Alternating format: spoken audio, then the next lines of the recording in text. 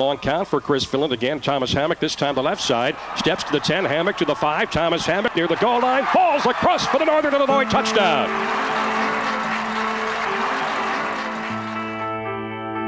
Coach Hammock played the position before and he's successful at it. You got to respect someone that was definitely successful in their position.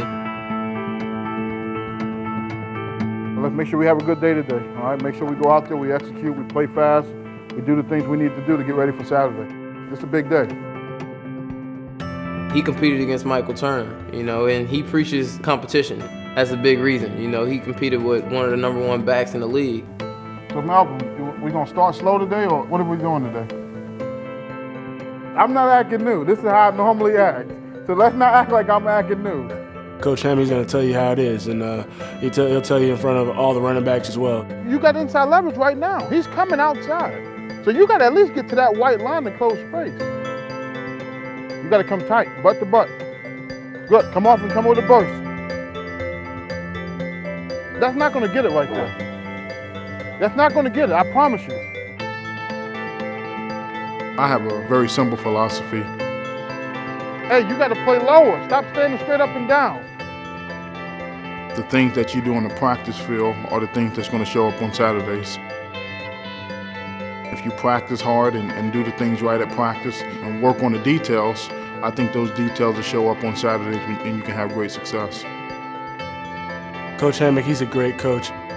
He's going to tell you how it is, and as a running back, that's all you can ask for. If you're doing something wrong, he's going to let you know, but at the same time, if you're doing something right, he's going to pat you on the back. Good. Come on, get your eyes up. Good. Keep stretching. Good. We got a prank against Coach Hammock. What is this?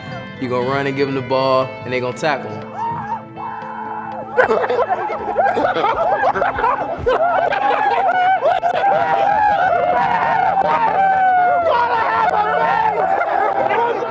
Everyone's so comfortable in doing stuff like that with him because, he's the same person every day. He's not going to change. He's going to be funny. He's going to get after you. You know how he is. Really? You laughing at that, too. You laughing at that. As I'm working out, I like to talk to myself. As I'm running, I'm looking around, seeing where I'm at, and it gave me nothing but more motivation to keep going. My junior year, I want to play, but I want to do something with football to change my life.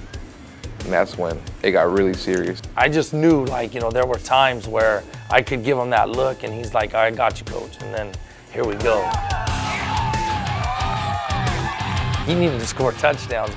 And when we were playing a team that passed a lot, I needed him to play defensive back.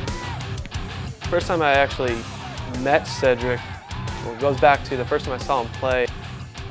I saw him running all over the field, jumping over people, just making plays everywhere. I understood, being from Calipat, first of all, our area in general, it's not heavily recruited. Cedric was just one of those other kids that had the ability, that didn't have the beans, didn't have someone, hey, how's it getting out there? It really wasn't even on the map until Justin just, took the bull by the horns and just helped. At the end of the day, we were just hoping someone would say, we like you enough to offer you a scholarship. We were desperate for defensive backs when we first got here. We first got to Minnesota. We had 4 defensive backs on scholarship.